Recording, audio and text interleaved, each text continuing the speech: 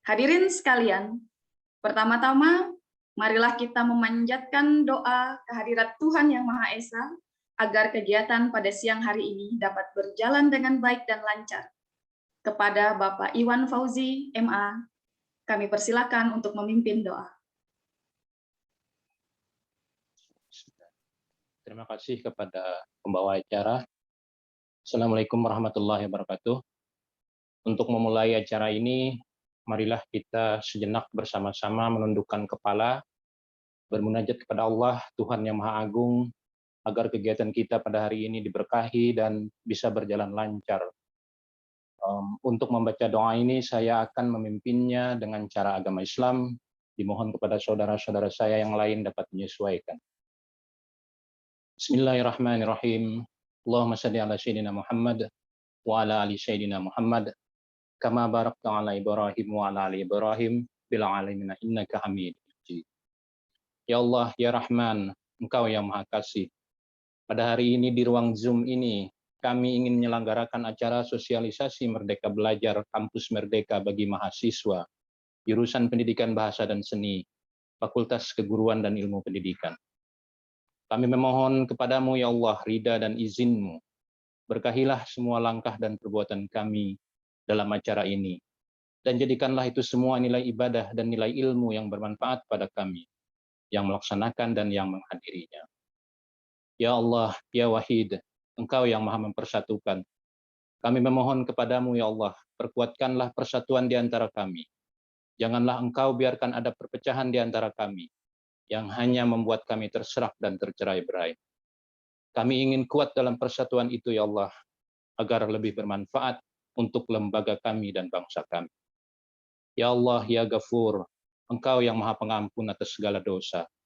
Ampunilah dosa kami, dosa orang tua kami, dosa para pemimpin kami, dosa para pendidik yang sudah memberikan banyak ilmu kepada kami. Tempatkanlah kami dan mereka itu semua dalam lindungan rahmat-Mu dan ampunan-Mu. Ya Allah, ya Mujib, Engkau yang Maha mengabulkan doa. Perkenankanlah doa dan permohonan kami. Ya Rabb, ya Malikul Mulk, ya Zal Jalali wal Ikram. Allahumma arinal haqqa haqqa warzuqna ittiba'ah, wa arinal batila batila warzuqna ijtinabah. Rabbana la tuzigh qulubana ba'da idh hadaitana wa hab lana min ladunka rahmatan innaka antal wahhab. Rabbana atina fid dunya hasanah wa fil akhirati hasanah wa qina adzabannar. Subhana rabbika rabbil izzati amma yasifun wa salamun alal mursalin walhamdulillahi rabbil alamin. Terima kasih. Assalamualaikum warahmatullahi wabarakatuh.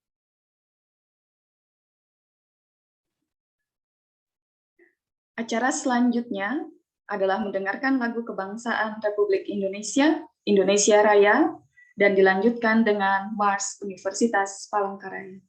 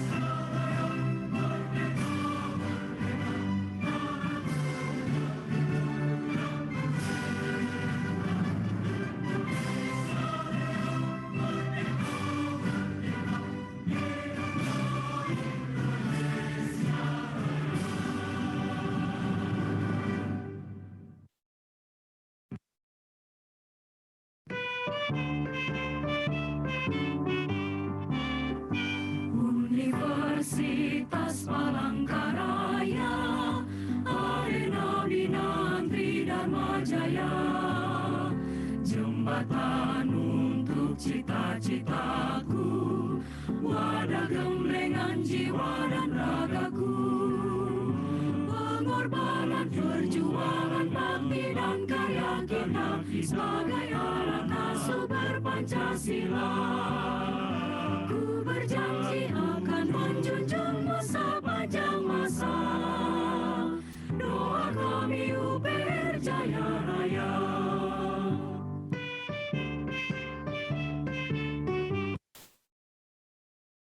Universitas Palangkaraya, arena binantri Dharma Jaya, jembatan untuk cita-citaku, wadah gemblengan jiwa dan ragaku, pengorbanan, perjuangan, bakti dan karya kita sebagai anak asuh berpancasila. Ku berjanji akan menjunjungmu sepanjang masa. Doa kami UPR Jaya Raya.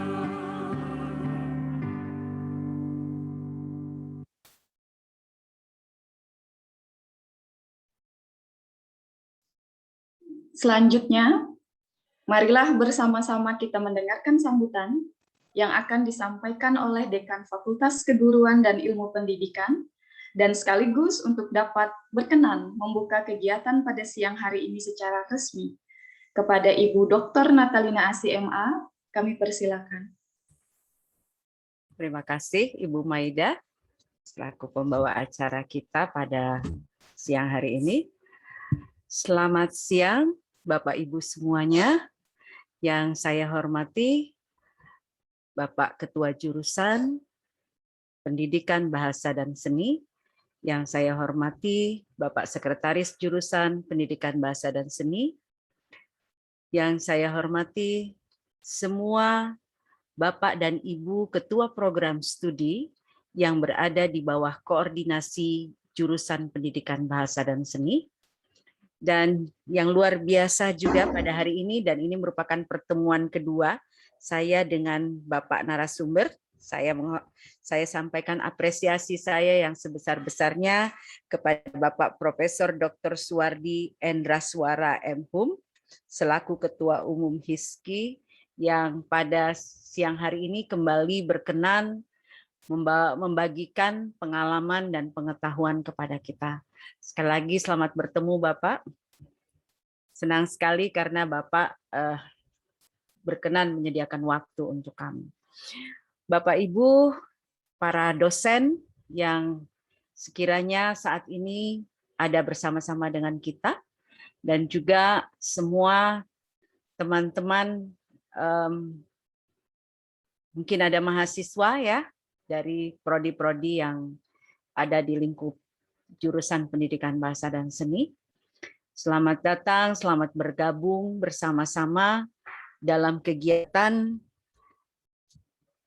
webinar sosialisasi implementasi kurikulum MBKM. Jadi teman-teman, kita paham benar bahwa dinamika dari pendidikan di negeri ini memang akan terus berjalan dan berjalan. Jadi kurikulum akan terus mengalami perubahan dan perubahan sesuai dengan situasi dan perkembangan yang ada di tengah-tengah masyarakat kita. Jadi suka tidak suka, memang kita harus selalu berhadapan dengan situasi yang seperti ini. Tetapi setidaknya saya merasakan ada gegap gempita, terutama di FKIP yang meliputi 19 prodi, ya, karena satu prodi itu adalah prodi PPG Prajab yang begitu antusias mempersiapkan diri untuk merespon apa yang menjadi kebijakan pemerintah. Ya, jadi pemerintah menggelontorkan atau meminta kepada kita untuk segera menerapkan apa yang mereka sudah persiapkan, yaitu kurikulum MBKM. Memang ini merupakan tahun-tahun pertama bagi kita untuk menerapkan kurikulum ini, dan kalau ini memang masih mencari warnanya dari kita, apa yang harus kita lakukan, itu saya pikir sah-sah saja.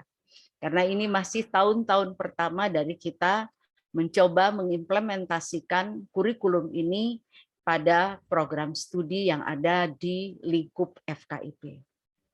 Saya tahu memang tidak mudah karena ada beberapa program yang sebenarnya ditawarkan melalui kegiatan kurikulum MBKM dan tidak semua memang bisa kita ambil. Tapi setidaknya ada beberapa program yang tampaknya bisa dieksekusi oleh prodi-prodi yang ada di lingkungan FKIP. Ya, jadi ini memang perlu kita mengkaji secara lebih jelas, lebih detail, terutama yang ada kaitannya nanti dengan credit recognition. Karena credit recognition ini memang perlu juga kita pahami secara lebih jelas supaya pada waktu ini diimplementasikan nanti kita bisa memahami dengan baik aturan main dalam kita menentukan credit recognition. Jadi Bapak Ibu, MBKM ini memang merupakan salah satu bentuk kurikulum yang nuansanya memberikan kemerdekaan bagi teman-teman mahasiswa untuk bisa mengambil sekian SKS itu di luar kampus. Nah, kita memberikan, kami selaku pimpinan memberikan kepercayaan penuh kepada pihak prodi untuk memilih program-program mana saja yang bisa diterapkan sesuai dengan situasi dan kondisi dari prodi masing-masing. Jadi mari silahkan menganalisis terlebih dahulu kondisi dan situasi pada prodi, dan kita bisa menentukan program apa yang sekiranya bisa kita laksanakan dalam rangka kita ikut ambil bagian di dalam menerapkan kurikulum MBKM. Dan pada saat kurikulum ini diimplementasikan, memang tidak hanya pimpinan unit yang harus tahu, tetapi juga dosen selaku eksekutor lapangan juga harus tahu. Mahasiswa yang menjadi target dari kegiatan ini juga harus paham. Nah, karena itu saya menyambut dengan baik kalau kegiatan pada siang hari ini melibatkan unsur-unsur penting dalam seluruh kegiatan penyelenggaraan aktivitas belajar mengajar di lapangan, yaitu ada ketua program studi selaku koordinator dari kurikulum ini dilaksanakan, kemudian ada para dosen yang nanti akan terlibat di dalam berbagai kegiatan program MBKM, kemudian juga ada mahasiswa yang menjadi sasaran dari MBKM ini. Jadi saya sangat berharap kita bisa duduk manis, ya, mendengarkan, atau paling tidak kalau tidak tahu nanti mungkin bisa bertanya kepada para narasumbernya, ya, jadi sehingga nanti bisa mendapatkan kejelasan. Jadi teman-teman, saya percaya bahwa kita semuanya masih bersemangat, ya, karena apapun yang saat ini kita hadapi ini tentunya sudah dikaji secara mendalam oleh pemerintah, dan kita berharap bisa mendapatkan keuntungan-keuntungan dari melaksanakan kurikulum MBKM ini. Nanti mungkin ini bisa dijelaskan secara detail, ya, oleh narasumber kita.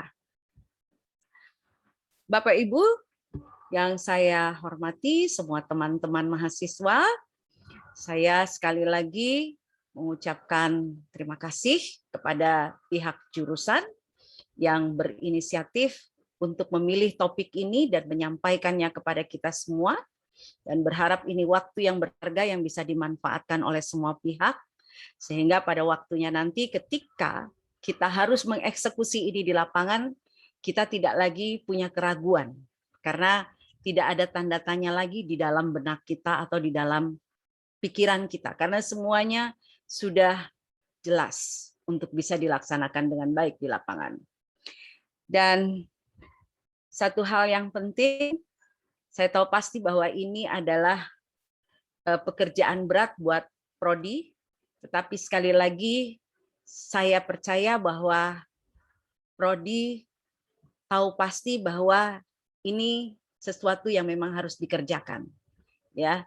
Dan saya berterima kasih, bahkan kadangkala terharu ketika teman-teman Kaprodi ini menyambut atau merespon dengan antusias setiap kebijakan atau program yang diminta baik oleh pihak kementerian, pihak rektorat, dan itu kami sampaikan kepada pihak Prodi. Dan walaupun memang saya tahu ini kerja berat, tetapi pada akhirnya bisa dijalankan dengan baik. Sekali lagi apresiasi saya sedalam-dalamnya, setinggi-tingginya untuk pihak ketua jurusan yang sudah mengkoordinir ini, sekretaris jurusan, dan yang tidak kalah penting adalah Kaprodi sebagai ujung tombak dari terlaksananya kegiatan ini. Sekali lagi terima kasih ya Bapak Ibu Ketua Program Studi. Sama-sama, Bu. Dan ya sekali lagi dengan mengucapkan syukur kepada Tuhan Yang Maha Kuasa, baik kegiatan webinar sosialisasi implementasi kurikulum MBKM pada jurusan Pendidikan Bahasa dan Seni, mari bersama-sama kita mulai. Terima kasih, selamat menikmati webinar kita pada siang hari ini. Saya kembalikan kepada Ibu Maida selaku host kita. Terima kasih Ibu atas sambutannya dan juga telah berkenan untuk membuka kegiatan sosialisasi implementasi kurikulum MBKM pada siang hari ini. Untuk mengabadikan momen kebersamaan kita, Bapak Ibu hadirin sekalian, kita akan memasuki sesi foto bersama. Oleh karena itu, kami mohon agar dapat mengaktifkan kameranya dan sesi foto ini akan dipandu oleh panitia yang bertugas. Kepada Ibu Misna, silakan.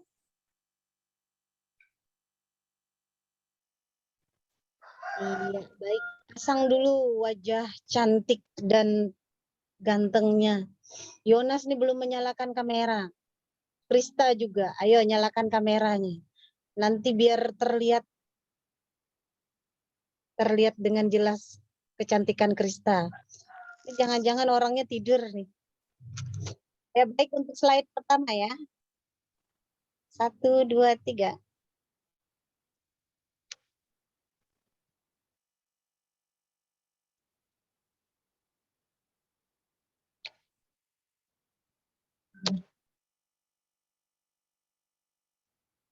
Bersabar ya, karena 15 slide. Baik, slide kedua. Oh, 14 slide ini. Kayaknya tiba-tiba berkurang, bisa jadi cepat sekali kurang orangnya. Jadi 10 orang berkurang. Nyalakan dulu kameranya. Ya, 1, 2, 3.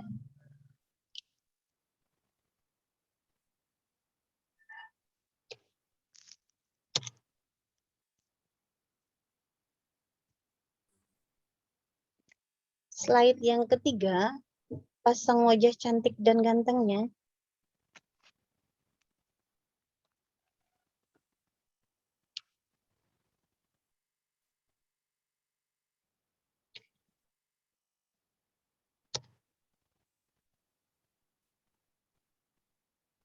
Slide yang keempat, ayo pasang wajah cantiknya dan gantengnya.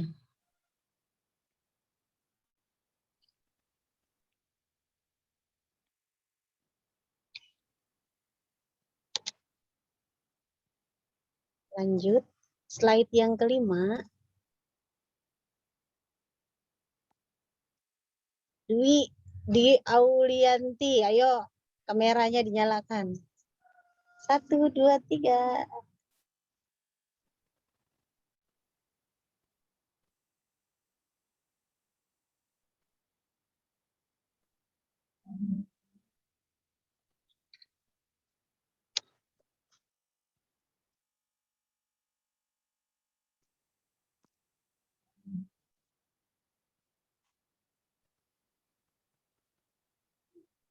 Slide berikutnya. Nyalakan kameranya.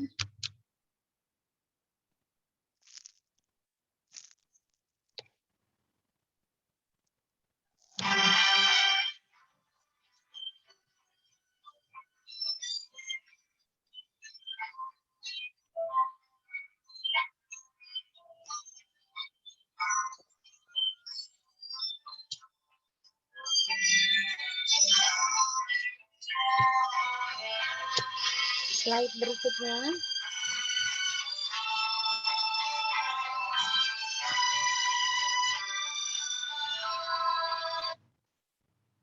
Iya, nyalakan wajah cantik dan gantengnya.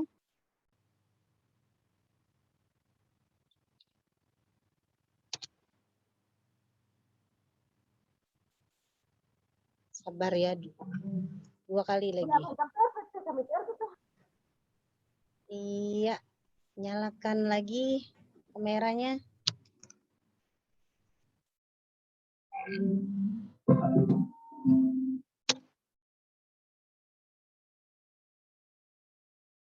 Terakhir.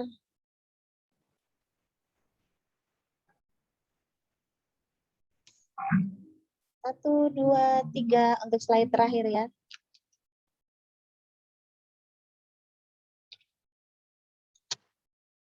Baik, terima kasih. Saya kembalikan kepada pembawa acara. Baik, terima kasih Ibu. Acara selanjutnya adalah kegiatan atau sesi paparan yang akan disampaikan oleh Profesor Dr. Suwardi Endreswara MHum. Sesi paparan dan diskusi akan dipandu oleh Ibu Dr. Ristati SPD MHum sebagai moderator kegiatan. Kepada Ibu Dr. Ristati, kami persilakan. Terima kasih Bu Maida Norahmi selaku pemandu kegiatan kita pada hari ini. Assalamualaikum warahmatullahi wabarakatuh. Selamat siang dan salam sejahtera untuk kita semua.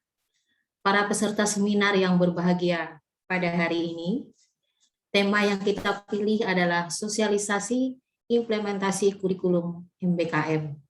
Tujuan dari pemilihan tema ini agar kita memahami apa sebenarnya kurikulum MBKM dan bagaimana mengimplementasinya dalam perkuliahan kita.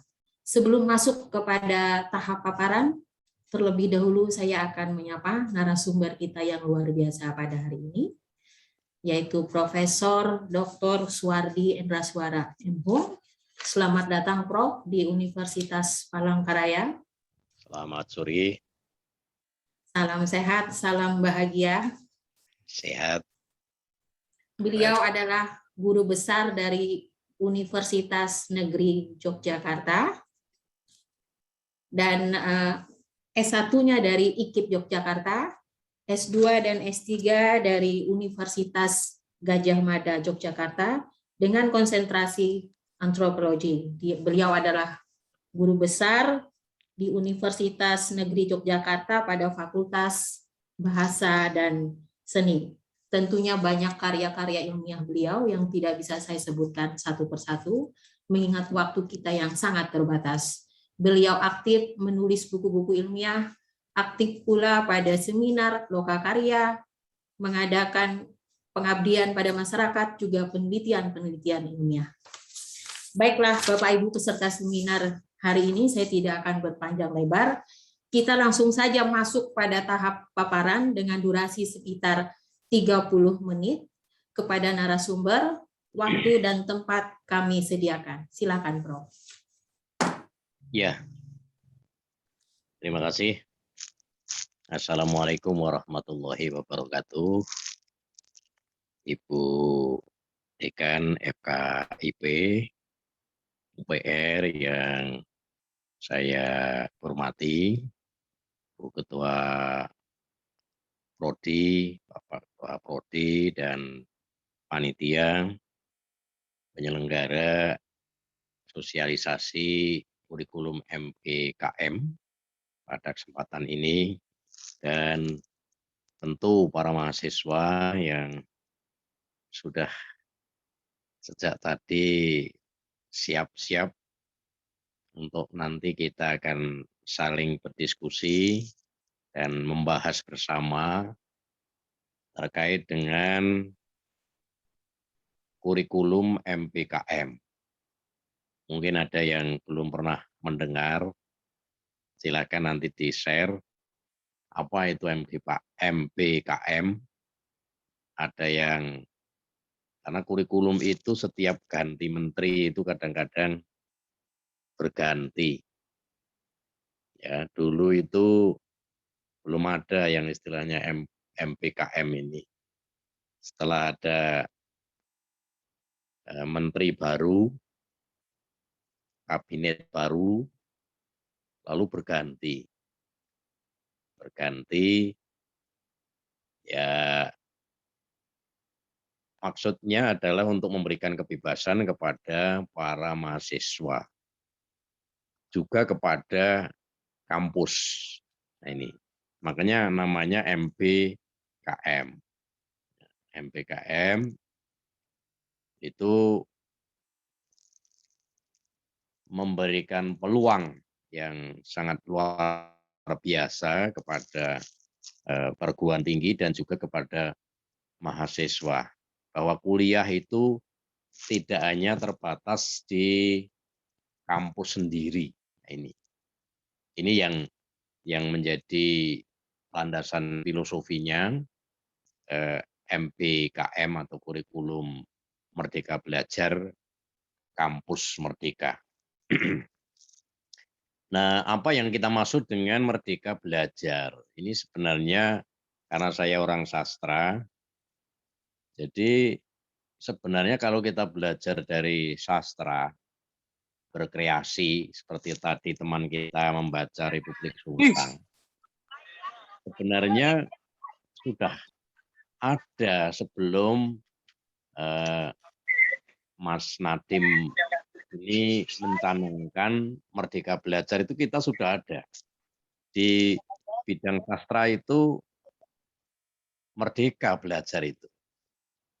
Jadi sastra itu sejak lahir, sejak ada, itu sudah merdeka. Artinya sudah bebas berimajinasi. Nah, sebenarnya sebelum ada Merdeka Belajar, orang belajar sastra, orang menulis puisi, orang menulis cerita pendek, dongeng, dan seterusnya, ini sudah ada sebenarnya konsep Merdeka Belajar. Itu hanya memang ya karena belum kita formulasikan, tentu lalu sastra itu belum menjadi roh di dalam Merdeka Belajar. Ini kalau belajar dari sastra, ya. Tentu tidak hanya sastra yang merdeka, tetapi bidang-bidang yang lain itu yang bagus adalah merdeka atau bebas, ya, belajarnya itu bebas. Nah, kenapa ini kita masuk pada bagian berikutnya, bahwa di panduan sebenarnya sudah ada, teman-teman nanti bisa membuka panduan tentang Merdeka Belajar dan Kampus Merdeka itu yang diterbitkan oleh Kemendikbud, sudah ada, atau Direktorat Jenderal Pendidikan Tinggi. Namun yang paling penting sekarang adalah bagaimana mengimplementasikan kegiatan MBKM itu di dalam bidang kurikulum. Silakan digeser. Kita akan langsung geser terus, itu hanya ya. MBKM ini yang paling penting adalah filosofinya, falsafahnya adalah ini lahir memang dari Mas Menteri Nadiem Makarim, bahwa belajar itu sesungguhnya bebas, sehingga teman-teman dari UPR ini bisa menjadi mahasiswa UI. Tidak perlu harus mendaftar ke sana, tetapi cukup mendaftar kuliahnya. Bisa menjadi mahasiswa UNJ. Nah, jadi sebaliknya kami, mahasiswa UNJ, bisa menjadi mahasiswa UPR atau mahasiswa Universitas Negeri Makassar, atau mungkin Universitas Hasanuddin, atau mana saja bisa, misalnya. Jadi dengan kata lain bahwa sekat-sekat keterbatasan ini sudah dibuka sekarang. Ruang-ruangnya itu sudah dibuka. Tinggal karena ini tahun pertama, tentu persiapannya ini yang tidak mudah. Karena itu Kampus Merdeka ini akan memberikan kesempatan kepada mahasiswa yang mungkin dulu, wah saya sebenarnya ingin kuliah di UNJ, saya ingin kuliah di UGM. saya ingin kuliah di UI, IPB, ITB, dan seterusnya. Nah, ternyata hari ini kita bisa. Ya, hari ini kita bisa statusnya sebagai mahasiswa UPR, tetapi nanti kuliahnya, ilmunya itu bisa kita menyadap dari perguruan tinggi lain. Nah, ini yang menarik dari sini. Bahkan tidak hanya 1-2 SKS, 1-2 mata kuliah ya, minimal paling tidak itu 20 SKS harus diambil dari luar perguruan tinggi. Nah, ini karena itu nanti pada saatnya memang UPR ini perlu menjalin kerjasama dengan perguruan tinggi lain. Nah, ini tergantung prodi masing-masing, mana yang akan dibidik untuk menjadi mitra. Jadi MBKM ini harus ada mitra perguruan tinggi. Nah, apa itu kriteria mitra? Mitra yang akan diajak kerjasama ini ya yang seirama, yang senada. Nah, ini. Jadi kalau di UPR itu ada prodi bahasa dan seni atau sastra dan seni atau budaya dan seni, nah ini bisa ke fakultas kami di UNY ya, karena ada fakultas bahasa dan seni. Bisa di UNESA ada bahasa dan seni, bisa di UNES, bisa di UGM dan seterusnya. Jadi ini memang harus kemampuan pengelola prodi ini harus saling bahu-membahu kerjasama, mana yang akan dibuka, mata kuliah apa saja yang perlu dipersiapkan untuk MBKM. Ya, sehingga mahasiswa itu nanti akan ada kebebasan untuk memilih, tentu diarahkan oleh dosen pembimbing mata kuliah itu untuk mengambil hal-hal yang tidak ada di UPR itu. Ya. Jadi kalau di UPR sudah ada mata kuliah apresiasi sastra, ya kenapa kita harus ambil di UNJ apresiasi sastra? Oh, di situ sudah ada.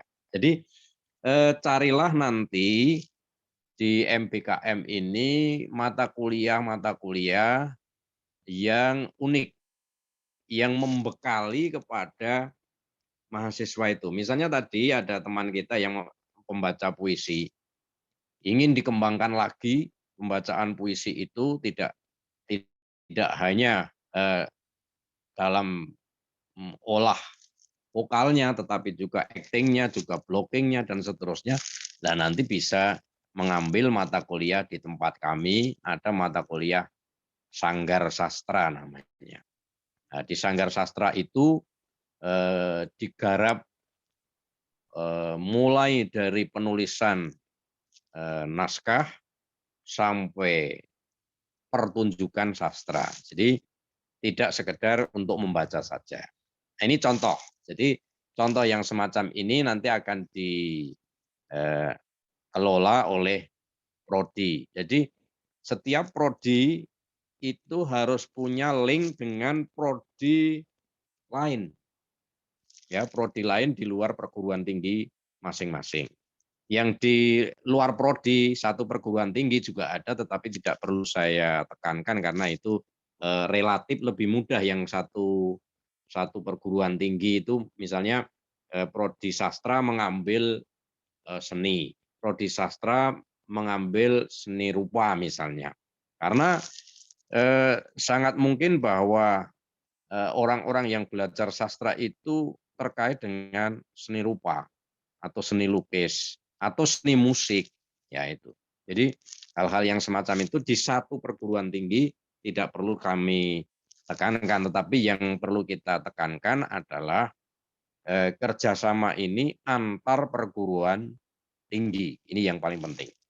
Nah, itulah konsep kampus Merdeka dan Merdeka Belajar. Tujuannya apa? Tujuannya itu adalah untuk membekali mahasiswa itu nanti ke dunia kerja sebenarnya. Karena tuntutan dunia kerja itu kadang-kadang ya di kurikulum prodi itu kadang-kadang tidak bisa disiapkan seluruhnya.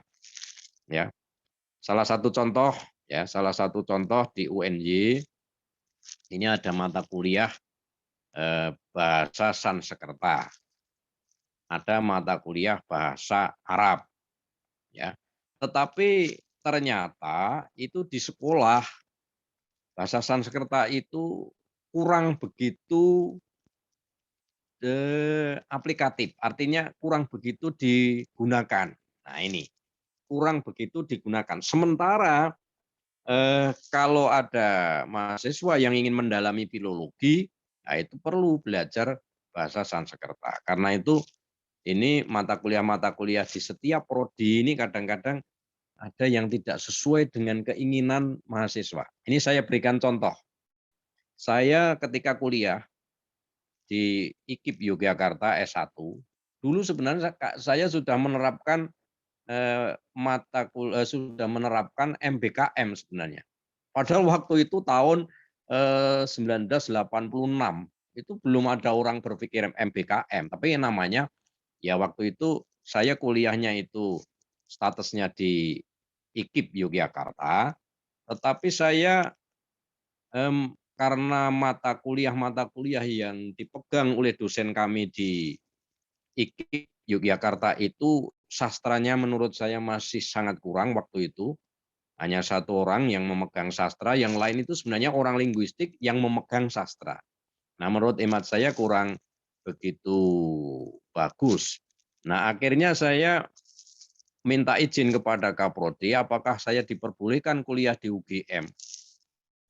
Karena antara UNJ dengan antara IKIP Yogyakarta dan UGM itu jaraknya kalau berjalan itu hanya 1/4 jam. Nah, akhirnya diizinkan.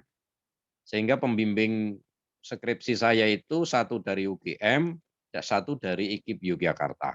Begitu juga saya beberapa kali mengikuti kuliah, mengambil mata kuliah di UGM. Nah ini sebenarnya sudah kami terapkan waktu itu pengalaman yang semacam ini. Itu bukan hanya sekarang, tapi dulu sudah kami lakukan. Hanya saja waktu itu istilahnya ya apa itu ya, belum langsung diakui sebagai mata kuliah yang bisa diberi nilai waktu itu. Nah ini kelemahannya waktu itu karena ya namanya saja saya yang penting itu ingin ilmunya bukan ingin nilainya, sehingga saya belajar di UGM kuliah mengikuti beberapa mata kuliah di UGM. Lalu di situ saya belajar, biarpun saya tidak diberi nilai secara akademik tidak masalah. Ya, waktu itu karena yang saya cari waktu itu ilmunya bukan masalah nilainya. Ini yang tentu kalau sekarang ya ilmunya, ya nilainya sekarang. Jadi yang kita harapkan semacam itu.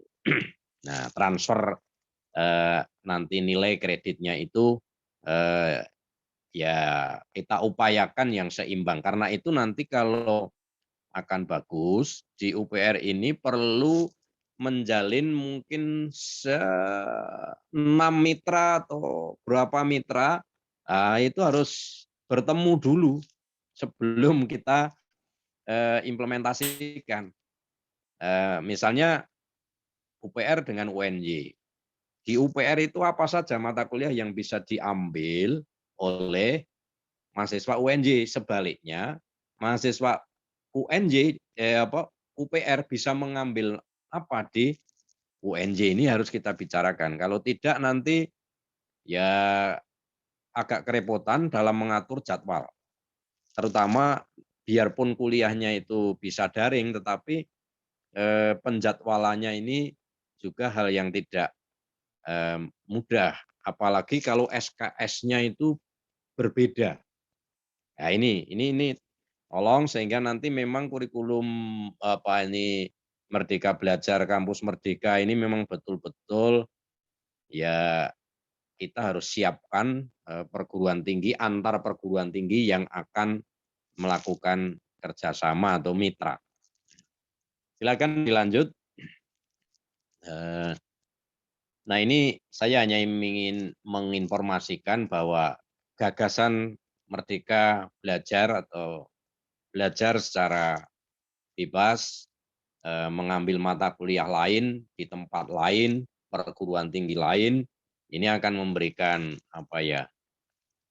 Kalau di HAM itu hak-hak asasi, ya. Kita sudah diberi kesempatan untuk mengambil mata kuliah tertentu karena kurikulum itu rohnya belajar. Jadi mengambil mata kuliah yang sesuai dengan keinginan, itu. Jadi kalau di UPR ini mahasiswa sastra, mahasiswa bahasa, itu ada yang suka menulis novel, nah, misalnya itu. Nah, bisa mengambil mata kuliah tertentu di UNY. Nanti di UNY ada mata kuliah khusus untuk penulisan kreatif. Nah, semacam itu. Jadi sebaliknya nanti apa sebenarnya misalnya di UPR itu ada kuliah, mata kuliah khusus mantra. Nah, UNY, mahasiswa UNY bisa mengambil khusus mantra atau folklore. Nah ini, jadi ini memang betul-betul harus ditata antar Kaprodi atau sekretaris prodi. Ya ini yang harus memberi apa menata betul-betul menata. Kalau tidak nanti begitu akan dilaksanakan MBKM ini pasti akan kebingungan. Mahasiswa mau mengambil mata kuliah yang ini tidak bisa karena sudah tertutup karena mata kuliah itu memang kalau sudah habis di prodinya ya harus mata kuliah di perguruan tinggi lain. Nah, biasanya ya kalau di UNY itu MBKM-nya itu mulai semester 4 atau mulai semester 3 lah gitu. Kalau jangan sampai kuliah semester 1 sudah MBKM, nanti belum dapat apa-apa, mereka akan bingung nanti. Karena harus mengambil mata kuliah tertentu yang bekalnya belum ada ya. Jadi misalnya di bidang sastra itu ya kalau teori sastra itu harus sudah diambil di perguruan tinggi sendiri, ilmu sastra harus sudah diambil, sejarah sastra harus sudah. Sehingga nanti kalau mengambil di prodi lain, di perguruan tinggi lain, itu selain itu, karena itu mata kuliah dasar. Sehingga di perguruan tinggi lain mungkin kalau di UNY ini yang kami siapkan untuk bisa diambil oleh perguruan tinggi di luar UNY, itu yang kami siapkan adalah sastra bandingan. Karena menurut hemat saya, sastra bandingan ini bisa diikuti oleh seluruh mahasiswa se-Nusantara.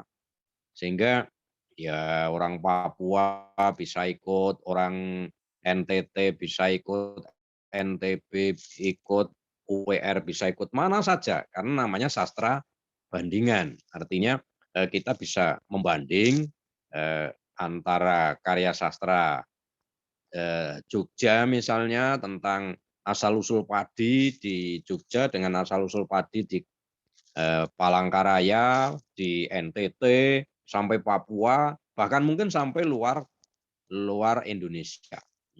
Jadi itu yang kita maksud apa itu merdeka belajar.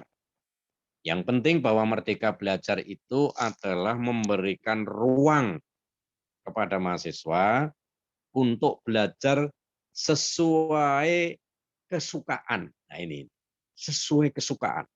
Logikanya kalau sesuai kesukaan itu kalau belajar tentu lebih baik.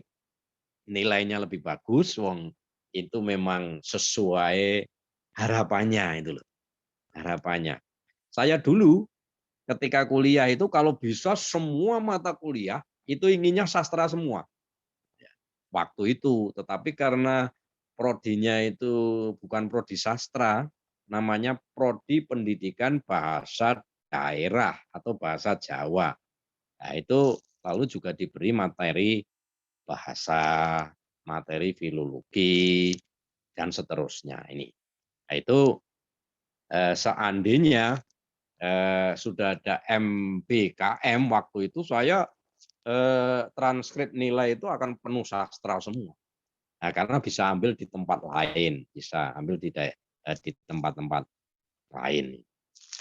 Nah, itu kebijakan yang diciptakan oleh Mas Nadiem Makarim bahwa Merdeka Belajar ini diharapkan memberikan jawaban untuk bekerja next time. Untuk waktu yang akan datang itu agar ada link and match bahwa yang dipelajari itu ya akan diterapkan di dunia kerja. Ini. Yang dipelajari itu nanti akan dipakai di sekolah kalau mengajar. Kalau dia peneliti akan dipakai di sana. Kalau dia penyiar, ya di UNJ itu ada mata kuliah penyiaran nanti yang akan ditawarkan juga. Jadi bagaimana menjadi penyiar televisi, bagaimana menjadi penyiar radio itu ada yang kita tawarkan karena itu kan bisa diikuti oleh seluruh mahasiswa siapa saja, asal menguasai bahasa Indonesia. Bisa dilanjut. Nah, ini pesan yang penting dari Mendikbud. Ya, sekarang namanya tidak hanya Mendikbud, ya, Mendikbud Ristek. Gitu. Jadi kaitannya dengan riset dan teknologi juga Mas Nadiem. Nah, dengan Merdeka Belajar ini sebenarnya dosen itu sebenarnya tinggal menjadi dinamisator. Dosen itu lebih banyak mengarahkan. Nah, itu. Karena nanti yang akan mengajar dosen lain. Ya. Mengarahkan, silahkan kalau kamu ingin, sebenarnya kamu kuliah di UPR ini ingin jadi apa toh? Ya. Wah, saya ingin jadi seorang penulis buku misalnya. Nah, kalau ingin jadi seorang penulis buku, udahlah sekarang ambil di UNY, ambil di UNESA, ambil di Malang misalnya. Nah, silakan saja itu ambil semacam itu. Pertimbangannya adalah yang paling penting bahwa yang akan diambil oleh mahasiswa itu harus sesuai dengan keinginannya dan harus sudah ada kerjasama antara UPR dengan perguruan tinggi lain yang akan kerjasama. Karena itu kerjasama ini sangat terbuka dan semua kaprodi saya kira nanti apalagi dengan model daring ini bisa melakukan kerjasama satu dengan yang lain. Jadi pilar dosen itu adalah sebagai dinamisator, sebagai penggerak saja, kemudian kerangka kuncinya bahwa di Merdeka Belajar Kampus Merdeka ini kita akan menjawab segala tantangan bangsa. Segala tantangan bangsa. Misalnya sekarang itu tantangannya adalah tentang kesehatan, corona, ya, tentang corona. Nah, karena itu mungkin kita perlu belajar juga apa yang kita sebut dengan epidemiologi. Kelihatannya epidemiologi itu kan mata kuliah yang dunia kedokteran atau dunia kesehatan ya. Tapi tidak apa-apa kalau memang kita perlu belajar itu, kenapa tidak itu ya, untuk membekali. Loh, orang sastra kok belajar itu? Tidak apa-apa, kan ada epidemiologi sastra nanti. Jadi belajar, saya dulu belajar antropologi akhirnya muncul antropologi sastra. Jadi kalau nanti saya belajar imunologi, ilmu kekebalan tubuh ya gitu. Tidak apa-apa nanti menjadi imunologi bahasa, imunologi sastra. Jadi jangan kita itu selalu membatasi keilmuan itu hanya pada tempurung dalam tanda kutip. Itu jangan hanya belajar di dalam tempurung yang kecil, tetapi kita itu belajar pada tempurung dunia. Bahwa di tingkat dunia bahwa sekat-sekat keilmuan itu sudah mulai kita lenturkan ya. Kalau dulu wah matematika ya matematika, kalau IPA ya nggak mau diganggu gugat. Sekarang saya sudah menggagas matematika sastra, saya sudah menggagas tentang fisiologi sastra dan seterusnya. Jadi sekarang sekat-sekat keilmuan itu sudah mulai kita runtuhkan dalam tanda kutip dengan Merdeka Belajar ini. Lanjut, tujuan utama yang paling penting dari MBKM ini tujuan utamanya yang tidak boleh tidak dilupakan oleh mahasiswa juga oleh dosen yang mengelola ini adalah menyiapkan mahasiswa itu sarjana yang tangguh ke depan. Ya contoh saja ya. Kalau kita itu kebetulan ada mahasiswa yang ditempatkan di Afghanistan, misalnya, kebetulan sekarang Afghanistan jatuh ke Taliban. Nah, kalau ilmu kita itu tidak menguasai ilmu diplomasi, ilmu politik, mungkin kita akan mati dalam tanda kutip di sana, sudah tidak bisa pulang dan seterusnya. Tetapi kalau kita menguasai diplomasi, ilmu politik, nah itu kita bisa selamat dari gangguan dari Taliban yang sekarang sedang ingin membentuk pemerintahan baru di Afghanistan. Semacam itulah kita itu. Dengan kata lain bahwa dengan MBKM ini mahasiswa akan diberi keleluasaan belajar itu sesuai bakat, syukur sesuai minat. Ini yang paling penting. Paling tidak yang ketiga, sesuai motivasi. Nah, ini sesuai motivasi. Saya berikan contoh teman-teman sekalian. Dulu pernah ada mahasiswa yang kuliah di UAD, Universitas Ahmad Dahlan Yogyakarta. Namanya Joni Aryadinata. Dia adalah seorang cerpenis. Nah, teman saya yang menjadi dekan waktu itu, Mas Jabrohim, itu cerita dengan saya, karena saya waktu itu masih menjadi sekretaris HISKI Komda DIY, ketuanya Mas Jabrohim. Apa yang menjadi kendala mahasiswa ini? Mahasiswa ini kuliah di UAD itu tidak selesai-selesai kalau membuat skripsi. Tapi kalau membuat cerita pendek, 10 buah lalu dibukukan, tidak ada masalah itu. Nah, ini yang belajar yang kadang-kadang kesesuaian dengan minat, kesesuaian dengan spirit, kesesuaian dengan bakat, dan paling tidak kesesuaian dengan motivasi. Nah, karena itu di UNJ perlu saya bocori juga ini, kami sudah merancang mahasiswa-mahasiswa yang mempunyai kemampuan untuk menulis novel, menulis cerita bersambung, menulis cerita pendek, tidak harus membuat skripsi.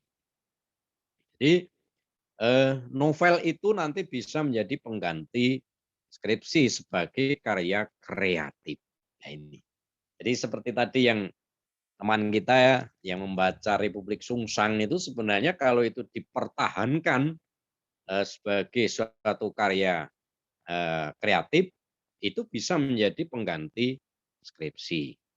Nah, tentu nanti kalau UNJ sudah melalui proses rapat-rapat Senat dan seterusnya, dan Senat setuju bahwa kalau ada mahasiswa yang memang mempunyai bakat, minat, keterampilan, lalu spirit menulis novel, dan memang nanti bisa dipertanggungjawabkan, nah silahkan itu boleh saja, itu tidak harus menulis skripsi. Toh sekarang menulis skripsi itu sebenarnya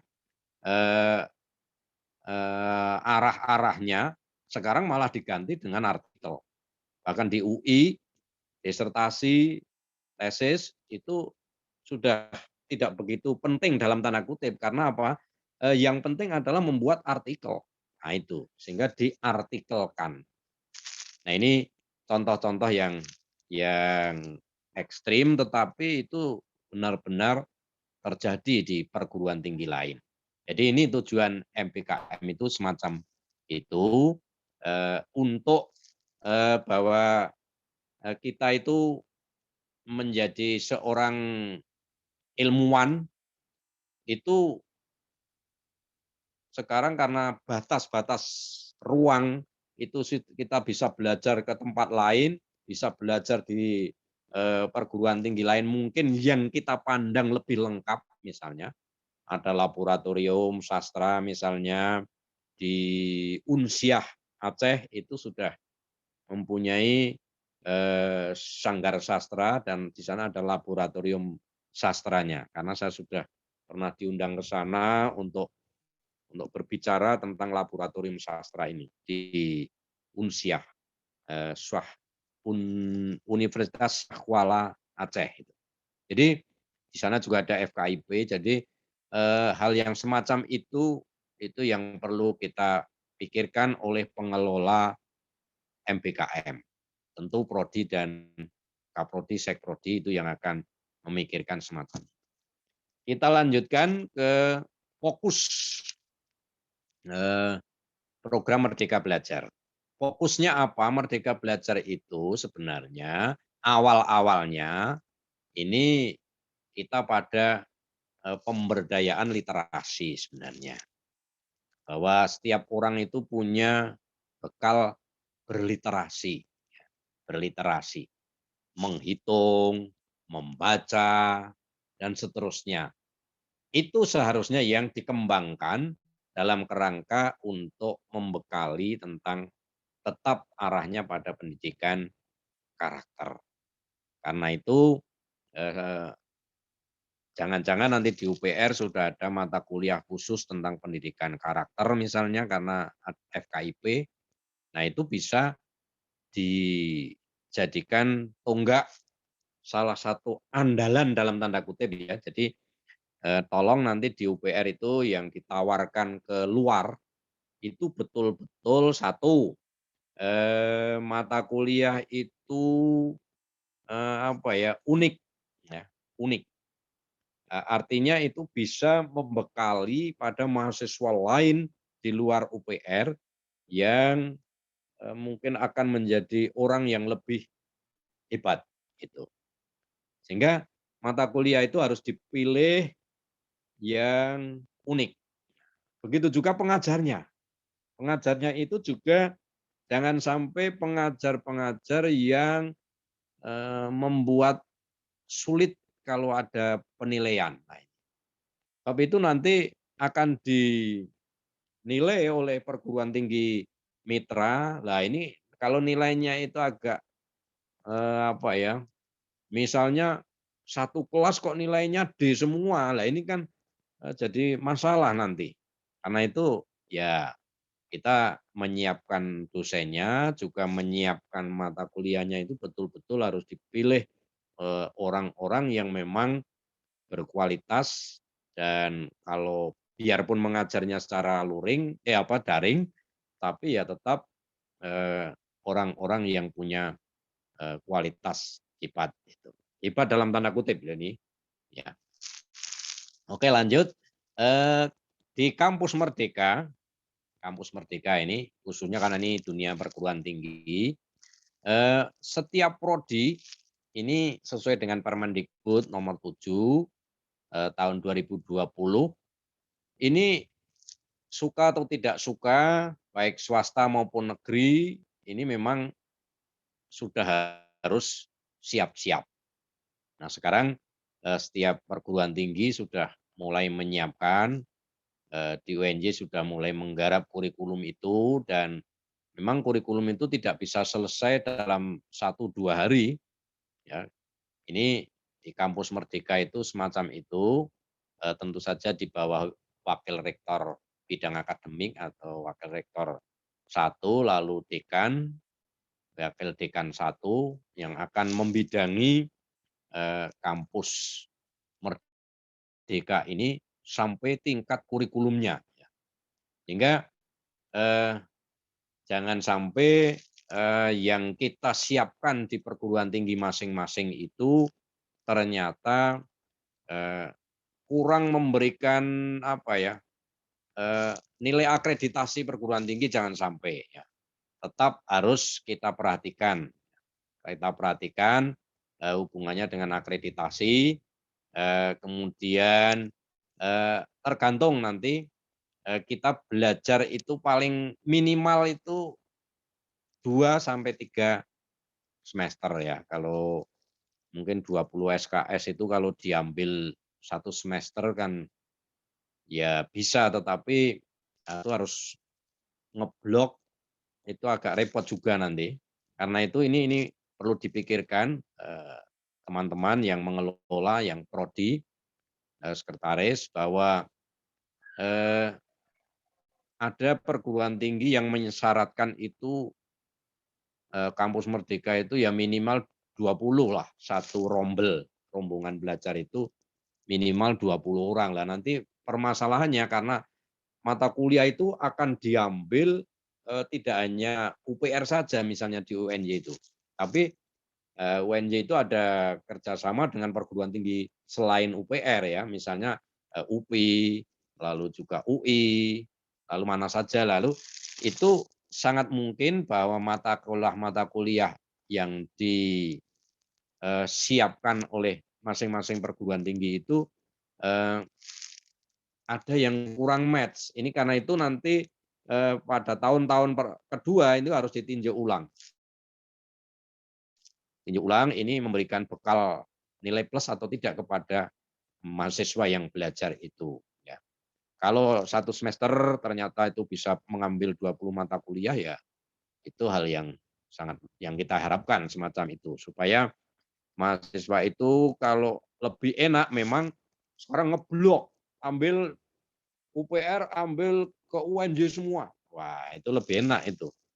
Mengurusnya juga lebih enak, ya kerjasamanya juga lebih enak. Lanjut. Nah, ini bentuk belajarnya semacam ini, teman-teman sekalian. Jadi bentuk belajar model MBKM ini bermacam-macam sebenarnya yang ditawarkan oleh Dirjen Perguruan Tinggi. Ya. Sekurang-kurangnya bentuk belajar itu ada 8. Ya, ada 8 cara. Lanjut. Itu. Nah, yang pertama itu bisa berupa kegiatan kuliah biasa. Kuliah biasa itu artinya kita mendengarkan seperti sekarang ini, mendengarkan kuliah umum, lalu nanti didengarkan dan seterusnya seperti itu. Tapi ada juga kita itu nanti kalau sudah tidak PPKM Corona ini, kita bisa melakukan pertukaran pelajar, pertukaran mahasiswa.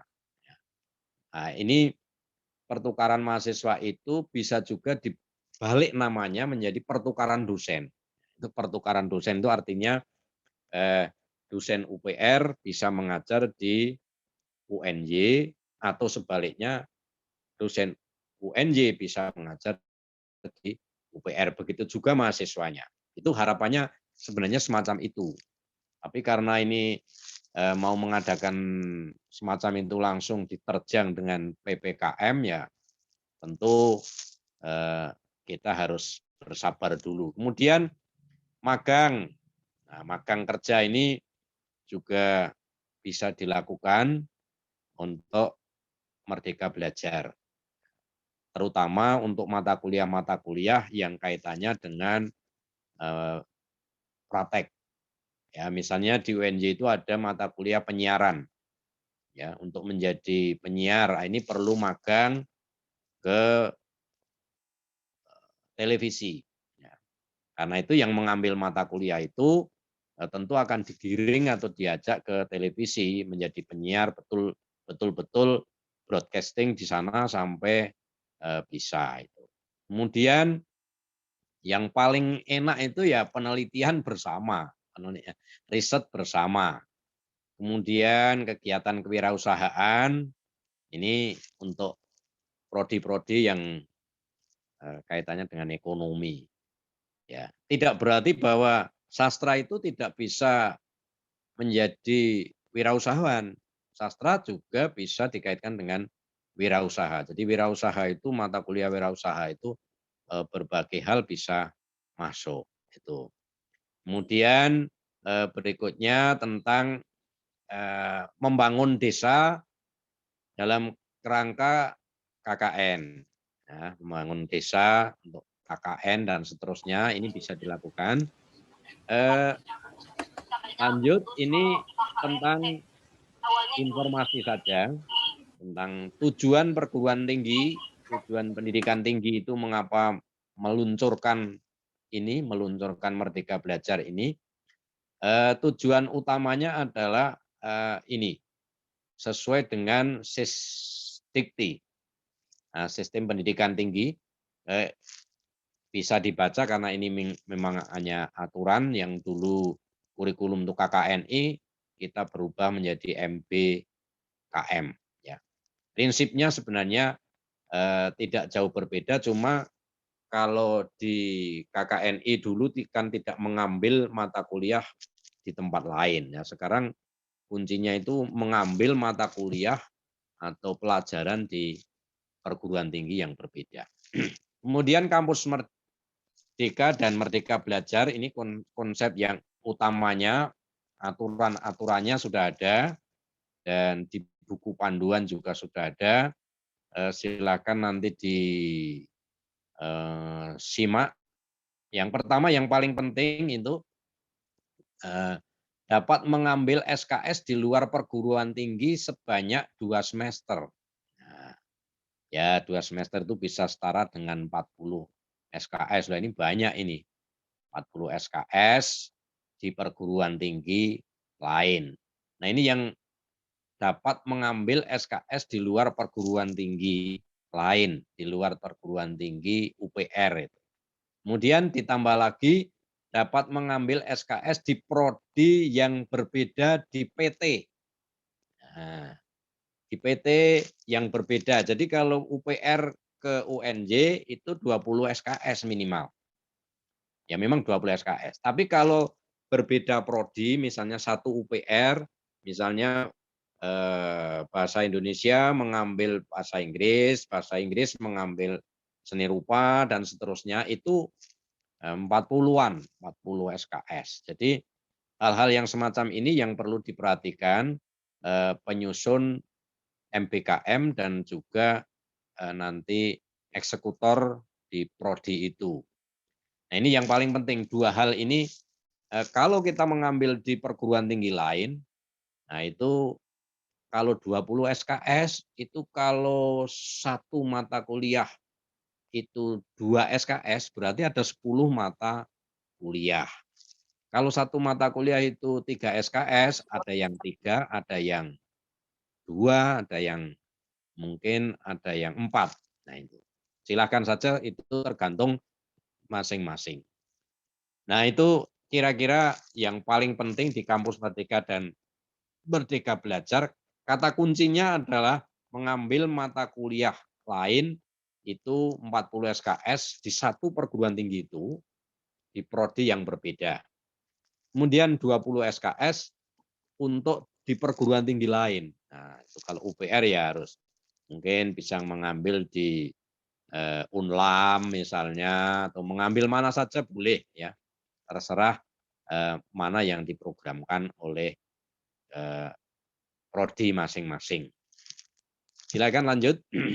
Nah, ini contoh saja, contoh Merdeka Belajar ini yang boleh dikatakan salah satu contoh ya. Ya, contohnya itu begini. Persiapannya semacam itu, kemudian bagaimana pelaksanaannya, penilaian sudah ada di rambu-rambunya, sudah ada bahwa nilai bagaimana transkrip itu harus dilakukan, kemudian juga outcome-nya dan output-nya seperti apa nanti wujudnya itu hanya sertifikat kompetensi, ya monggo saja, karena tergantung masing-masing perguruan tinggi. Masing-masing perguruan tinggi itu bisa dari 20 SKS itu mungkin khusus mata kuliah kompetensi semua. Kompetensi base yang khusus mengajar misalnya. Nah, itu sangat mungkin nanti diberi sertifikat khusus ya. Atau itu dihargai pokoknya sebagai mata kuliah seperti biasa untuk menggenapi mata kuliah lain di prodi masing-masing. Ini yang paling penting semacam itu. Lanjut, mungkin sudah hampir terakhir ini. Ya. Nah, ini yang perlu diketahui oleh teman-teman, UNJ itu sudah menyiapkan. Ya. Kalau saya mengatakan UNJ itu tidak berarti bahwa UPR harus mengambil UNJ, bukan, tapi hanya sebagai contoh saja bahwa mahasiswa akan memperoleh hak secara sukarela untuk mengambil atau tidak mengambil SKS di luar kampus. Tetapi biasanya ini menjadi kewajiban. Jadi tetap harus mengambil mata kuliah lain di tempat yang berbeda. Kemudian yang kedua, ini rancangan MBKM itu, mahasiswa juga dapat mengambil SKS pada program studi lain di luar kampus. Ini, di luar kampus selama 1 semester. Nah, tadi kalau 20 SKS itu bisa diambil 1 semester itu akan menjadi lebih bagus. Kenapa? Itu yang ngajar juga enak, yang mengelola juga enak, mahasiswanya juga enak. Kemudian yang terakhir, yang ketiga, mahasiswa juga dapat mengikuti kuliah di perguruan tinggi lain selama paling banyak 2 semester. Karena itu kami sarankan itu semester 3, 4 itu paling ideal. Kalau terlambat itu sampai semester 5. Karena kalau nanti sudah semester 6, kok masih harus mengambil mata kuliah di perguruan tinggi lain, waduh itu nanti akan kerepotan. Dan kalau pengambilannya itu tidak kolektif, itu juga nanti akan merepotkan juga. Kalau yang ambil hanya 1 orang, ya akhirnya nanti diikutkan include dengan mata kuliah atau pelajaran yang lain, ya ini jadi sering bermasalah untuk pengiriman nilai dan seterusnya. Gitu. Kemudian yang tidak kalah penting itu bahwa mahasiswa akan memperoleh haknya itu mengambil mata kuliah di tempat lain. Ini best practice. Lanjut. Best practice yang sudah dilaksanakan oleh Dikti sebenarnya ini silakan dilihat lanjut. Ini IPB ini sudah menjalankan atau sudah menyiapkan matang, lalu Universitas Prasetya Mulia, Universitas Pelita Harapan, Institut Teknologi 10 November Surabaya. Ini sebagian besar mata kuliah yang mereka siapkan tentu bidangnya adalah IPA, bidangnya IPA. Yang best practice kaitannya dengan bidang ilmu humaniora itu memang belum karena sedang bersiap-siap. Dan kalau bidang IPA itu biasanya lebih banyak terkait dengan praktek-praktek kewirausahaan, praktek-praktek pabrik, praktek-praktek industri, dan seterusnya. Itu. Sedangkan di bidang ilmu humaniora itu biasanya praktek-praktek yang kaitannya dengan pembelajaran, pembuatan media, dan seterusnya. Nah, yang terakhir, yang tidak kalah penting ini kegiatan mahasiswa yang perlu dilakukan di luar kampus asal. Ini saya tadi sudah sampaikan di atas, sebenarnya ini hanya resume saja, bahwa mahasiswa nanti akan melakukan 7 pilihan itu, tapi yang paling mudah itu adalah mungkin pertukaran pelajar ya. Pertukaran pelajar itu artinya mahasiswa UPR itu diajar oleh UNJ, sebaliknya mahasiswa UNJ diajar oleh UPR. Itu yang paling agak enak ya. Itu tentang pertukaran pelajar dan sekaligus pertukaran dosen. Ya. Tapi kalau magang apa ini, kalau dalam suasana yang pandemi ini tentu kurang tepat untuk dilaksanakan. Begitu juga dengan kegiatan-kegiatan studi proyek apalagi. Studi proyek ini juga kurang begitu tepat untuk bidang-bidang humaniora ya. Humaniora itu biasanya yang lebih banyak kita lakukan itu adalah pertukaran pelajar, dan pertukaran pelajar ini bisa dilakukan sekaligus pertukaran dosen. Saya kira itu yang paling penting. Saya kira itu, terima kasih yang bisa saya sampaikan untuk membuka wawasan saja, karena memang MBKM ini di UNJ juga sedang dipersiapkan ya. Jadi namanya sosialisasi tetapi sedang dipersiapkan, baik persiapan kurikulum maupun rancangan-rancangan kerjasama antar perguruan tinggi. Saya kira itu, saya kembalikan kepada Ibu Moderator. Terima kasih. Assalamualaikum warahmatullahi wabarakatuh. Waalaikumsalam warahmatullahi wabarakatuh. Terima kasih kepada narasumber atas paparan yang luar biasa. Berdasarkan paparan tersebut, saya bisa simpulkan bahwa kurikulum MBKM itu bertujuan untuk mendorong mahasiswa untuk menguasai berbagai keilmuan yang berguna untuk memasuki dunia kerja. Dan kenapa harus disebut dengan Merdeka Belajar?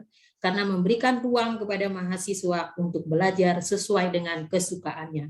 Dan kenapa harus disebut dengan Kampus Merdeka? Karena mampu memberikan kesempatan bagi mahasiswa untuk memilih mata kuliah yang akan mereka ambil di luar kampus sendiri. Dan oleh sebab itu harus ada kerjasama antar universitas. Baiklah, sekarang kita akan memasuki sesi diskusi atau sesi tanya jawab. Untuk sesi pertama kami akan buka 3 penanya, ya, dan jangan lupa menyebutkan nama atau asal program studinya. Tentu saja pertanyaan harus singkat, jelas, dan padat. Kami persilahkan untuk penanya pertama. Langsung saja. Silakan.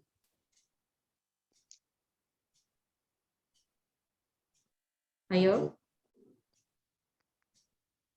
Bisa saya, Bu? Silakan. Ya. Terima kasih, Sebutkan Bu nama Moderator. dan prodinya. Oke. Terima kasih, Ibu Moderator. Saya Ibu Rabiatul Adawiyah Sregar dari Universitas Al-Wasliyah di Medan. Prof, ingin menanyakan nih, Prof. SKS untuk satu prodi itu standarnya 84 sampai 104 ya, Prof ya. Jadi intinya itu harus benar-benar kita susun SKS-nya untuk profil lulusan sehingga mereka lulus itu benar-benar memiliki ajas manfaat ya. Yang ingin saya tanyakan, Prof, kira-kira ada nggak standar berapa SKS yang harus kita berikan kepada mahasiswa untuk salah satu misalnya profil lulusannya, kalau dia FKIP misalnya bahasa Indonesia, dia itu kan tidak hanya mengajar menjadi guru bahasa Indonesia, tapi mungkin bisa menjadi sastrawan, jurnalistik, pustakawan, atau juga seperti Prof katakan tadi penyiar. Nah, untuk mendukung profil kelulusan itu kira-kira berapa SKS sehingga dia bisa ajas manfaat nanti di lingkungannya. Lalu kalau dilihat dari sini artinya misalnya jadi penyiar, itu kan kampus harus benar-benar menyediakan fasilitas seperti Prof katakan tadi di Unsiah ya. Nah, misalnya di kampus kami gitu kan. Nah, itu ada seperti penyiaran di televisi. Nah, itu akan artinya untuk magang ke sana itu kira-kira ada nggak standar berapa SKS supaya benar-benar yang 84 atau sampai 104 tadi di prodi itu benar-benar seimbang dia. Itu saja Prof. Terima kasih. Terima kasih. Kita lanjutkan untuk penanya yang kedua. Tampung dulu pertanyaannya. Silahkan adik-adik mahasiswa. Ayo. Ada? Saya izin bertanya, Ya, Prof. silahkan deh. Namanya? Perkenalkan, nama saya Arzana Melandi Agustin dari Prodi Bahasa Inggris angkatan tahun 2021. Saya ingin bertanya, Prof.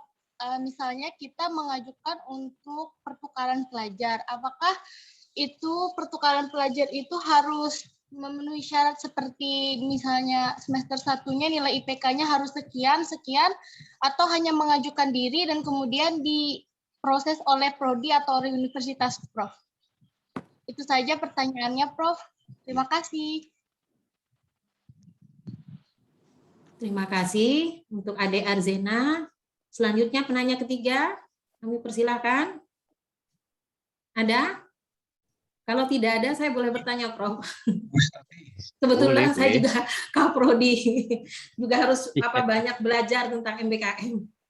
Silakan. Terima kasih, Prof. Ya. Bu Stati. Ya, Bu Stati.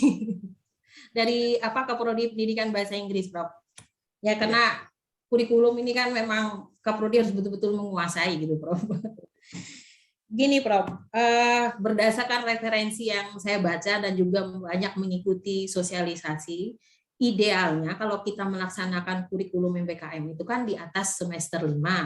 Nah, oleh sebab itu, prodi-prodi di lingkungan EPIP UPR ini serentak itu melaksanakan mulai dari semester 6, 7, dan 8.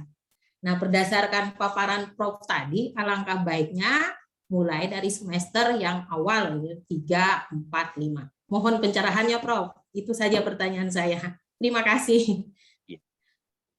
Baik, Terima kasih. sekarang untuk penanya pertama dari Ibu Sregar, ya, dari Universitas Al-Wasliyah Medan, menanyakan standar SKS yang akan diambil oleh mahasiswa apabila dia mengambil kurikulum MBKM ini. Silakan, Prof. Ya, terima kasih. Yang pertama, Ibu Rabiah dari Medan.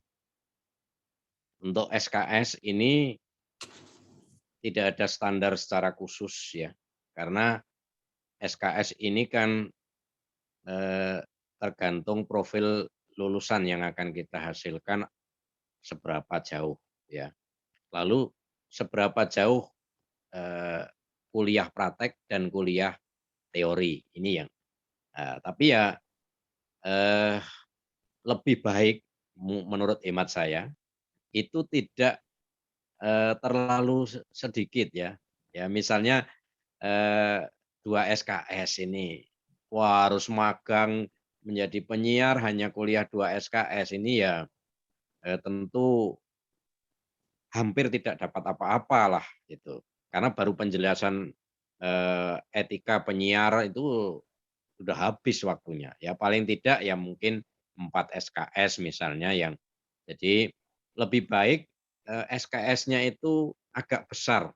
Ya, agak besar supaya karena kalau mahasiswa itu mengikuti sekian mata kuliah yang kecil-kecil itu malah justru kurang bagus hasilnya dalam bidang profil khususnya kuliah-kuliah yang sifatnya teori dan praktek atau kuliah-kuliah yang skill yang akan mendapat keterampilan hidup ya. Misalnya menjadi penyiar, menjadi wartawan, jurnalistik itu. Menjadi penulis novel, pengarang itu. Itu mau tidak mau memang SKS-nya ya minimal itu 3 lah minimal. Kami punya mata kuliah namanya Sanggar Sastra. Dulu namanya mata kuliah ini drama. Nah, lalu kalau drama itu kan hanya lalu puisi gimana kalau drama itu? Nah, akhirnya jadilah mata kuliah Sanggar Sastra yang di dalamnya ada puisi, ada drama dan seterusnya, lalu SKS-nya yang kita tambah. Sehingga nanti mahasiswa itu mengambil mata kuliah itu tidak terlalu banyak mata kuliah, tetapi profil lulusan itu yang mau kita didik, itu yang mau kita. Makanya untuk menyusun MBKM ini, yang pertama harus dipikirkan adalah profil yang akan dihasilkan dari sebuah kegiatan pembelajaran itu. Itu profilnya akan seperti apa. Kalau sudah profil, lalu capaian pembelajarannya seperti apa, baru menentukan, wah ini kalau ini ya SKS-nya tidak 2 lah, ini paling tidak 3, syukur 4, dan seterusnya.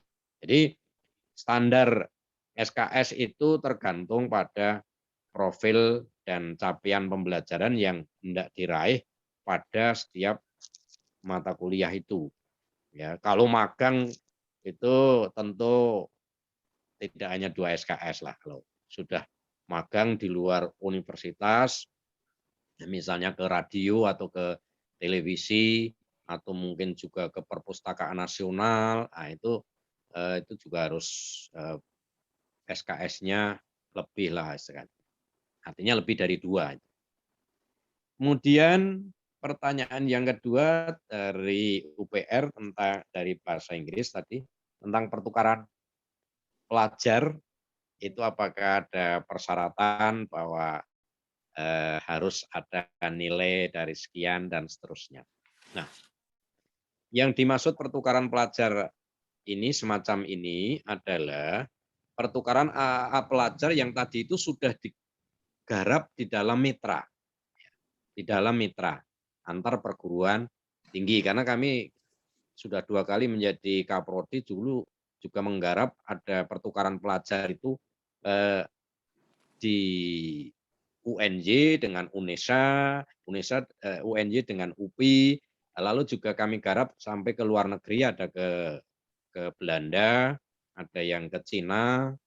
Nah, itu memang beda-beda persyaratannya, penilaiannya pertukaran itu. Artinya kalau ke luar negeri ya minimal TOEFL berapa itu. Ya, kebetulan saya punya mahasiswa yang kuliah pertukaran itu di Belanda itu kuliah folklore. Ya, kuliah folklore, ya dia pinter pandai bahasa Inggris sehingga kuliah folklore di Belanda mengambil berapa SKS begitu. Dan itu akhirnya nanti transfer diakui, ya, diakui. Tapi dalam kerangka Merdeka Belajar ini adalah kita itu sudah ada kerjasama antar perguruan tinggi, ya. Tentu rektor dengan rektor sudah tanda tangan dalam MOU atau apalah namanya, bahwa kita akan ada kerjasama antar prodi X dengan prodi Y.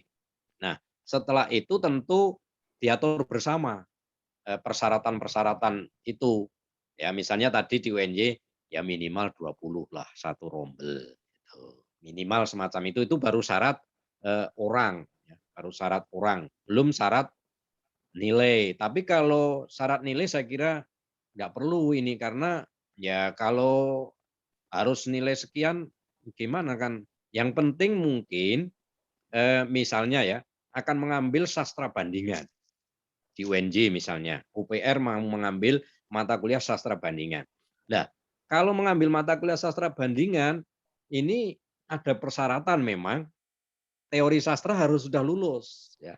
Kalau teori sastranya saja belum lulus, kenapa ambil sastra bandingan? Nanti akan kerepotan sendiri. Gitu.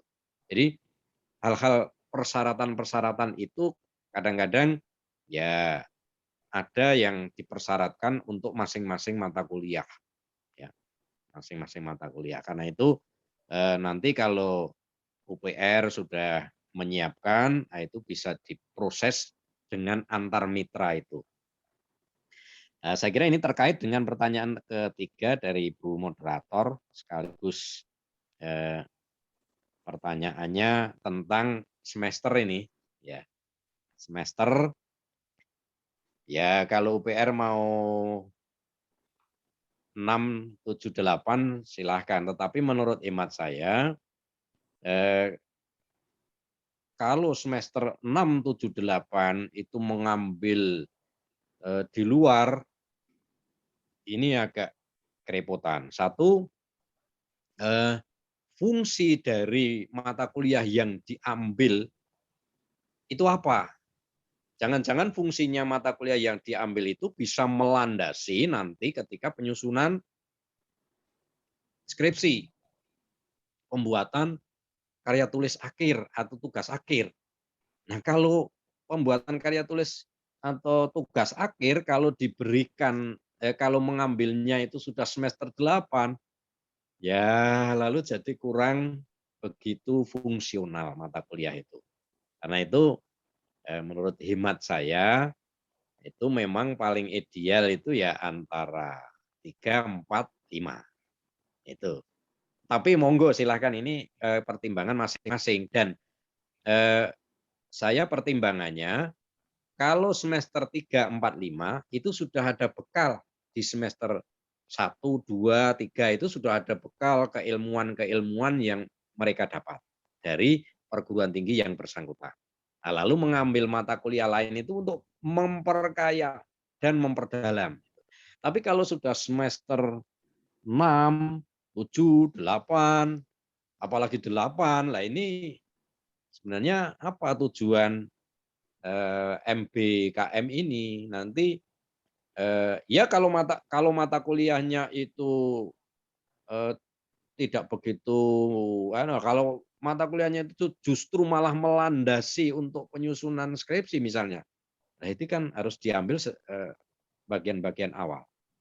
Nah, ketika KKNI dulu kami menyusun kurikulum itu di semester 8 itu sudah tidak ada mata kuliah. Jadi supaya lulusnya itu lebih cepat. Ya, semester 8 free, tidak ada mata kuliah. Jadi semester 8 itu khusus untuk menyusun tugas akhir gitu. Nah, nanti kalau semester 8 ini masih berpikir mengambil mata kuliah di perguruan tinggi lain, nah bayangan saya lulusnya itu bisa 4 tahun lebih ini, bisa 4 tahun lebih. Padahal harapan kita kalau bisa itu lulus sekolah itu jangan sampai 4 tahun lah ya, 3,5 tahun, antara 3,5 tahun sampai 4 tahun. Karena kerja sudah menunggu itu loh. Nah, itu sudah kerjanya sudah ada yang menunggu lah ini. Jadi monggo kalau saya memberikan pertimbangan semacam itu. Tapi silahkan saja karena masing-masing perguruan tinggi itu mempunyai kemerdekaan juga, mempunyai kebijakan juga. Tapi rasionalitas tetap harus kita jaga. Terima kasih, Ibu Moderator. Ya. Selanjutnya kita buka sesi kedua untuk 2 orang penanya. Silahkan peserta seminar. Ayo. Ada? Masih bingung ini mau yang Ini memang betul, Prof. Ini memang masih bingung ini. Iya. Mahasiswanya. Karena baru, Prof, ini. Jadi begini, tidak hanya mahasiswa UPR, mahasiswa saya itu mau mengambil mata kuliah itu juga kebingungan sekarang. Karena mau mulai angkatan 2020 itu nanti sudah akan melaksanakan MBKM. Nah itu. Ditambah nanti angkatan 2021 ini. Nah, tetapi karena kami mensyaratkan mulai semester 4 sampai 5 nanti, ya sekarang belum begitu bingung banget. Tapi kalau mata kuliah antar prodi itu sudah biasa tempat kami di UNJ itu ada mata kuliah misalnya prodi bahasa Jawa tempat saya itu memang harus mengambil ada mata kuliah di prodi lain. Itu sudah biasa sebelum ada MBKM ini. Tetapi yang mengambil mata kuliah di perguruan tinggi lain ini yang masih perlu kita pertimbangkan. Nah, makanya ini di Dikti ini Bu Paris sebagai sekretaris Dikti itu kan dulu membentuk apa yang disebut dengan ini asosiasi program studi. Nah, kami kebetulan sebagai ketua asosiasi program studi untuk bahasa-bahasa daerah seluruh Indonesia. Nah, ini biasanya kita itu menyelenggarakan pertemuan untuk mitra ini. Jadi kalau bahasa Indonesia saya kira ada itu asosiasinya Bu Profesor Buriswati itu yang ketua asosiasinya ada. Nah, mungkin di prodi bahasa Inggris dulu Mas Maneke, mungkin sekarang ganti siapa saya tidak tahu. Nah, orang-orang yang menjadi ketua-ketua asosiasi prodi inilah yang akan mengelola, mengumpulkan kaprodi-kaprodi di seluruh Indonesia ini, mana yang perlu kita bermitra. Dan kita susun, kami kalau bahasa daerah sudah punya CP, capaian pembelajaran yang nanti akan disusun untuk MBKM ini. Ini monggo silakan yang di UPR ini, silakan. Oke, silakan ya. Ada yang bertanya? Ya kalau tidak ada saya diskusi ya dengan Prof. Gini Prof, saya ini ada masalah juga. Pada saat saya menghimbau mahasiswa saya untuk mengambil mata kuliah di luar, itu mereka itu takut, Prof. Alasannya takut tidak lulus ataupun nilainya rendah. Istilahnya kalah bersaing. Jadi banyak yang tidak mau mengambil gitu, Prof. Mohon pencerahannya, Prof, biar mahasiswa yang ada di sini bisa mendengarkan. Ya, Terima kasih. ini artinya apa? Artinya bahwa mahasiswa itu karena belum ada sosialisasi yang lebih matang dari asosiasi tadi. Tujuan kita kan sebenarnya justru bukan pada nilai itu, tetapi pada untuk membekali. Tadi untuk membekali keterampilan yang tidak ada di UPR tetapi ada di UNY.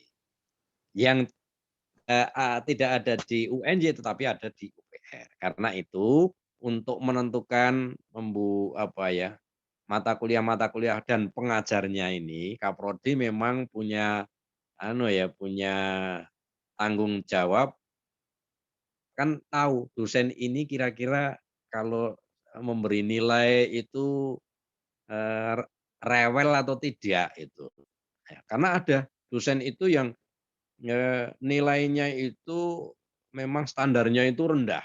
Nah ini jangan sampai terjadi kalau ini yang orang-orang yang semacam ini ya kan repot itu. Padahal kita sudah berupaya untuk mahasiswa itu dari UPR mengambil pada mata kuliah yang lain untuk ngangsu kawro untuk istilah menimba pengetahuan, menimba skill dari perguruan tinggi lain. Kalau lalu semacam itu ya jangan sampailah terjadi.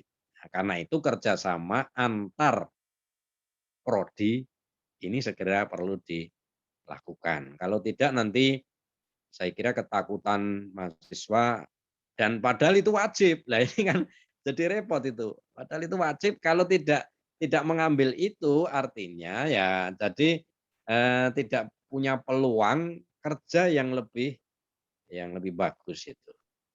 Nah ini, monggo silahkan. Terima kasih Prof penjelasannya. Ini ada pertanyaan di kolom chat, Prof. Ya. Mohon izin bertanya, apakah untuk kerjasama MBKM antar lembaga itu dilaksanakan oleh rektor, proses MOU, dan PKS? Bagaimana? Terima kasih. Pasti. Untuk masalah MOU. Ya. Jadi kalau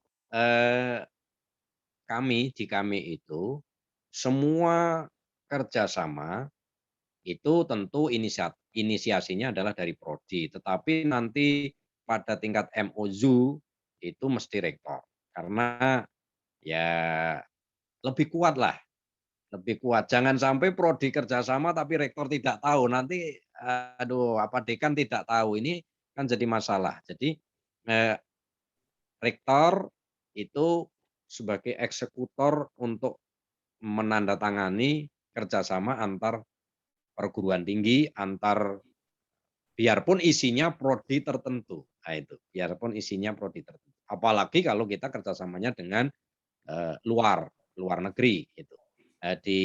Khusus di dalam negeri pun, menurut imat saya akan lebih bagus rektor. Tapi kalau memang cukup dekan, misalnya, juga tidak masalah. Tapi kalau tempat saya, kalau prodi itu tidak punya cap, ya tidak punya cap. Yang punya cap itu dekan.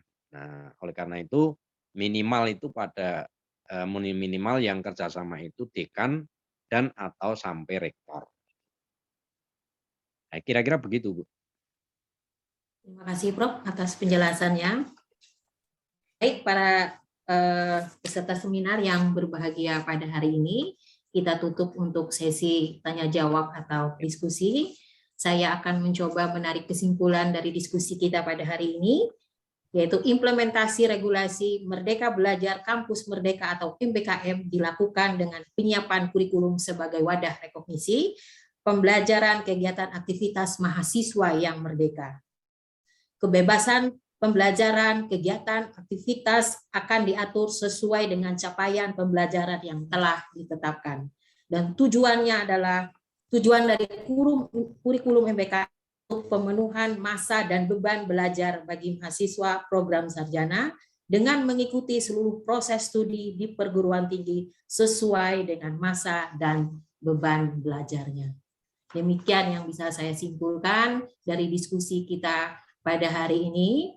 Dan sekali lagi saya selaku moderator mengucapkan terima kasih yang sebesar-besarnya kepada narasumber kita hari ini yang luar biasa, juga peran aktif peserta dalam seminar hari ini.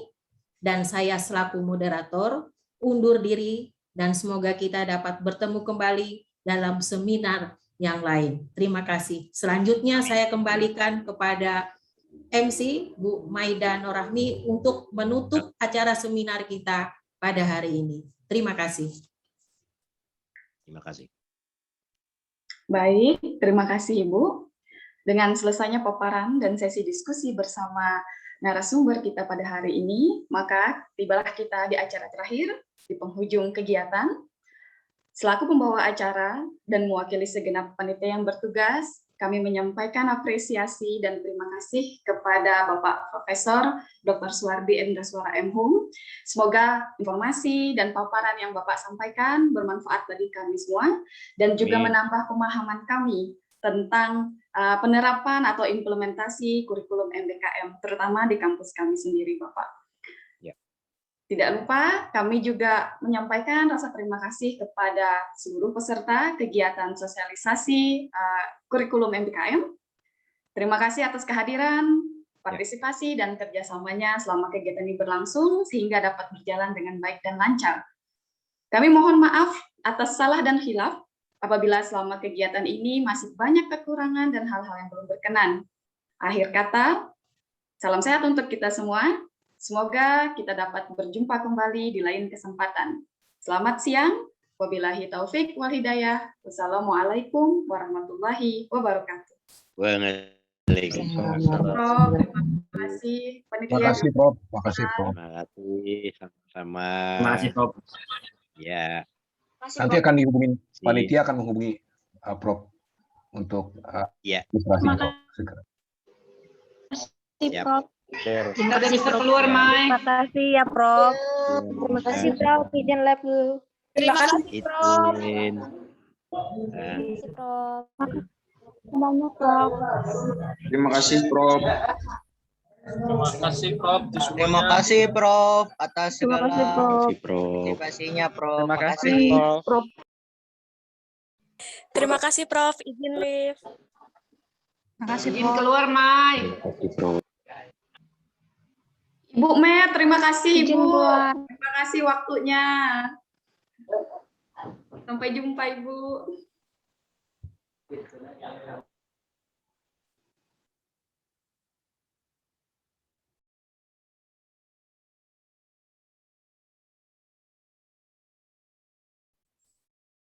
izin live ya. Silahkan Ibu. Ya, makasih Maida. Terima kasih Ibu juga.